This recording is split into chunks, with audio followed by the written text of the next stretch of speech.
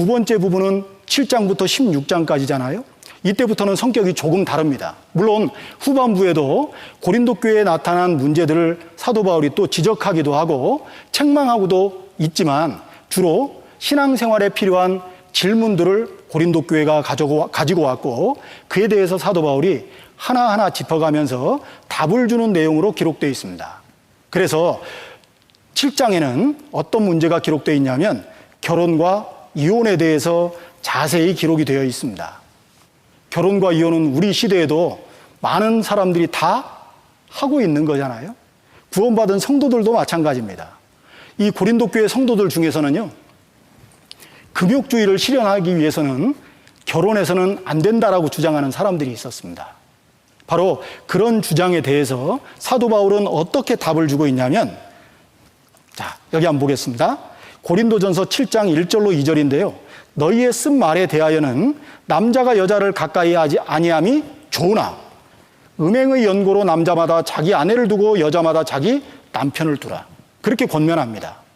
사실 사도 바울이 독신을 권한 것은요, 사도 바울이 독신주의자거나 또는 금욕주의자이기 때문에 독신을 권한 것이 아닙니다.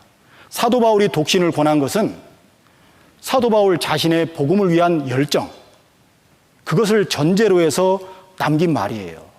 원래 성경적인 결혼에 대한 원칙도 하나님은 말씀하셨습니다. 앞에 보시면 창세기 2장 24절에 보면 이러므로 남자가 부모를 떠나 그 아내와 연합하여 둘이 한 몸을 이룰지로다.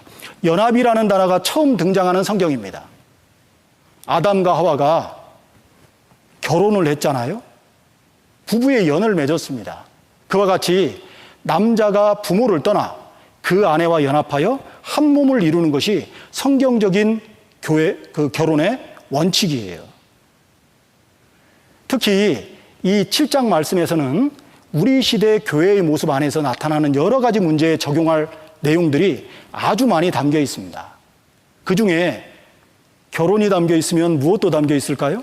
이혼에 대해서도 담겨 있거든요. 우리나라가 아시아에서 이혼율이 가장 높다고 이야기하죠. 지금은 어떤지 모르겠습니다. 크게 다르지 않을 거예요. 사실 너무나도 안타깝고 슬픈 얘기지만 교회 안에서도 그런 일들을 우리가 심심치 않게 또 보고 경험할 수도 있습니다. 그런데 이 이혼에 대한 문제는 7장에 기록된 대로 말씀을 드린다면 두 부분으로 나눌 수가 있습니다.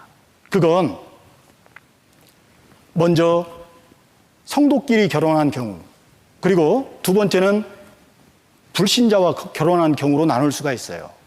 물론 성도끼리 결혼한 경우에 성경적인 원칙은 이혼 불가입니다. 이혼할 수 없는 거예요.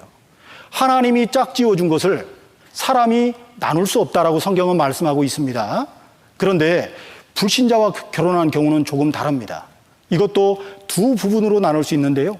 그 불신 배우자가 결혼 생활을 계속해서 유지하기를 원한다면 이혼하면 안 됩니다.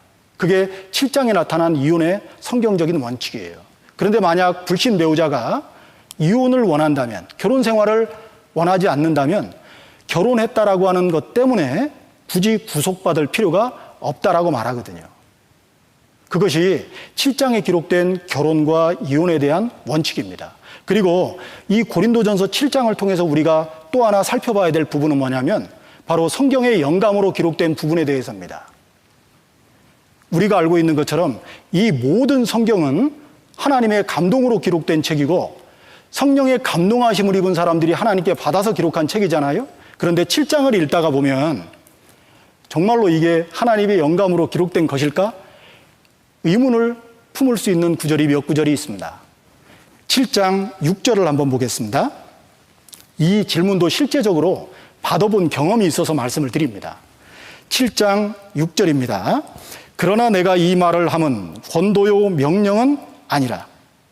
이 말씀의 흐름을 쭉 보면 하나님의 명령이 아니라니까 마치 사도 바울 개인의 의견을 말한 것처럼 우리가 오해할 수 있지 않습니까? 그런데 이 말에 보면 권도라는 말은 원래 양보라는 뜻이거든요. 양보해서 말하는 것이라는 뜻이고 명령보다는 명령이 아니라 그랬잖아요.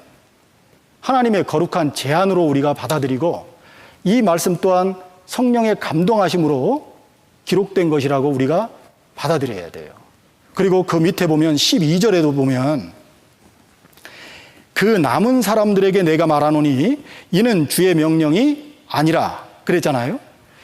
이 말씀도 가만히 보면 주의 명령이 아니면 그럼 사도 바울 개인의 의견인가? 라고 생각할 수도 있단 말입니다. 그런데 이것은 이 주의 명령이 아니라는 말은 예수님께서 3년 반 공생애 동안 하신 명령이 아니라는 뜻이고 지금은 바울의 영감에 의해서 하나님의 뜻을 받아 말씀한 것이라고 하는 의미인 겁니다. 그래서 오해하지 말아야 돼요. 그리고 또 한 부분이 있습니다. 그 뒤에 25절도 한번 보겠습니다. 25절을 보면 처녀에 대하여는 내가 주께 받은 계명이 없으되 그랬잖아요. 주께 받은 계명이 없는데 사도 바울은 기록하고 있죠. 이 또한 사도 바울 개인의 의견인 것처럼 우리가 오해할 수 있습니다. 그런데 그 뒤에 보면 주의 자비하심을 받아서 그랬잖아요. 주님이 바울을 위해서 성령을 보내셨고 그 성령의 인도함을 따르는 자들을 위해서 기록한 것이라는 뜻이에요. 그래서 사실 성경 전체가 하나님의 감동으로 기록된 것이 맞고 우리가 몰라서 오해할 수 있는 부분은 있을지 몰라도 다 성령의 감동으로 기록된 것이 사실입니다. 그런데 간혹 가다가 이제 성경을 자세히 보는 분들 가운데에서 이제 이런 질문들을 가끔 하셨던 분들이 계십니다. 그래서 고린도전서를 공부하는 그런 중에 혹시라도 조금이라도 그런 오해가 있으신 분들은 모든 성경이 하나님의 감동으로 기록된 것이라는 것을 좀 강조하고 싶어서 부연 설명해 드렸습니다. 7장에는 이렇게 여러 가지 결혼과 이혼에 대해서 질문을 했고 사도 바울은 하나님의 뜻을 받들어 성경적인 답을 그들에게 주고 있습니다.